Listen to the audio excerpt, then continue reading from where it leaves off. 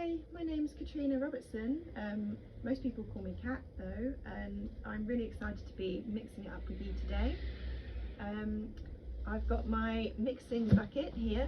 This is my favourite mixing bucket and it's got some questions in it.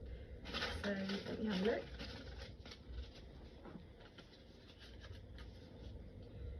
What piece of information do you think every artist should know?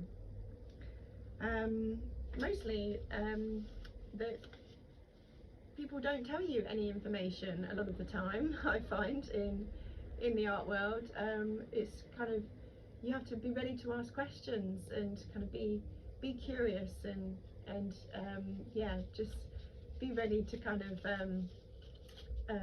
make sure that you find out all the information before you kind of go ahead as well. So yeah, I guess does that answer the question?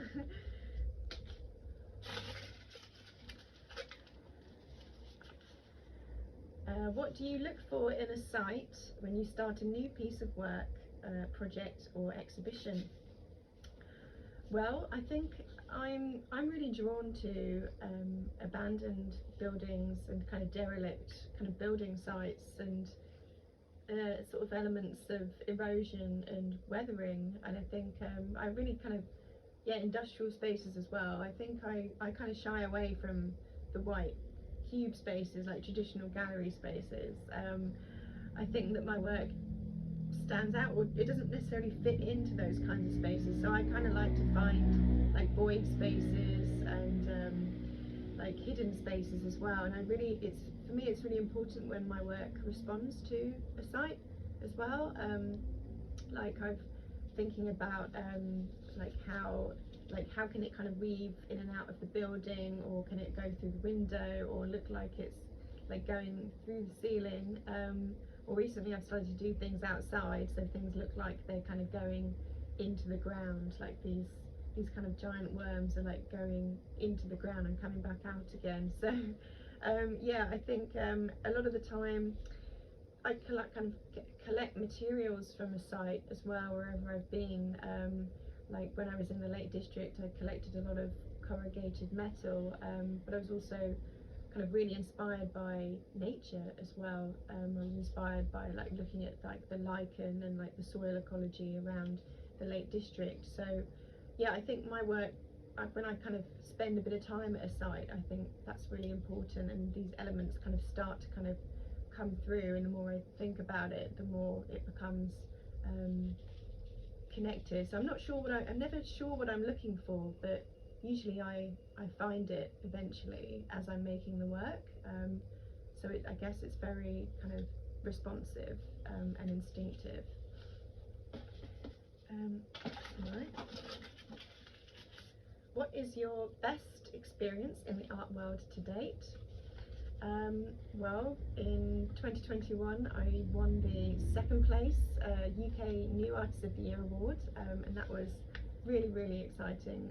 Such an incredible moment to be a part of that exhibition, to not only to be shortlisted but to be given a novelty size check on stage. I was just completely in shock. So yeah, that was just absolutely incredible, and I had the chance to show my work at the Saatchi Gallery at the time, and that kind of led to a further commission as well with the Saatchi Gallery this year in summer 2023 at the Chelsea Flower Show, and I kind of produced this.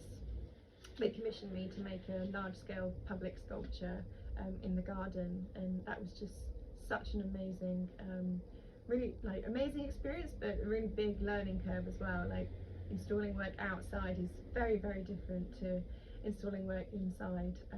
But yeah, such an incredible year since then.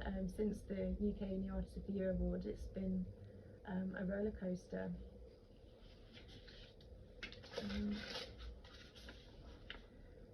What 3 curators and galleries do you think are creating the best projects? Well, I have to say Thorpe Stavry are really exciting. They obviously, I'm biased, they do a lot of sculpture projects, and so and they kind of make use of interesting, like kind of spaces that are unused, or kind of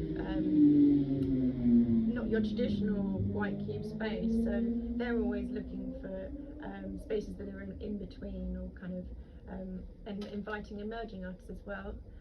Similarly with Haifa Studios, I think they're doing some incredible like championing work, kind of taking unused retail units and kind of giving that space to artists. And I think that's really such an incredible thing to do, to give people the space to work, because space is a premium in London, and it's really hard, you know, sometimes you just need to be able to scale up, and yeah, they're giving people that opportunity.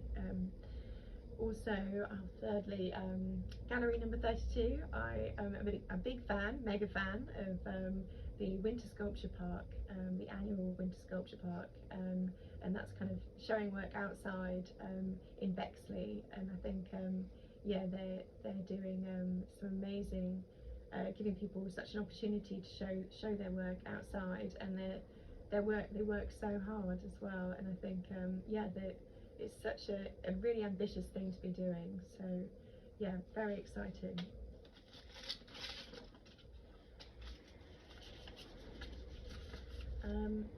What do you do outside of your art practice?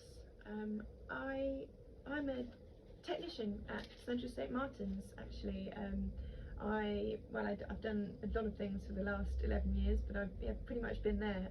I've done mould making and casting, but I'm also a metalwork fabrication technician as well, doing MIG welding, and I also teach short courses there at Central St Martin's, concrete casting courses and resin and silicon mould making.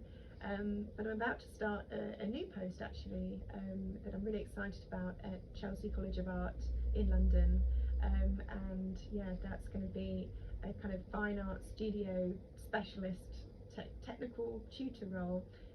I'll be giving tutorials and doing group sessions with students, like based in the studio. So I'm really excited, and I think I've always really enjoyed kind of teaching people new skills, and because that's the way I learned, and technicians were always the best at university. So and I'm really proud that I can do that and be one. Yeah. Great, so thank you very much. Thanks for watching. And you can find more information about my practice on my website, www.catrionarobertson.co.uk, or my Instagram is probably the best place and the more immediate place to go. Yeah, thanks so much.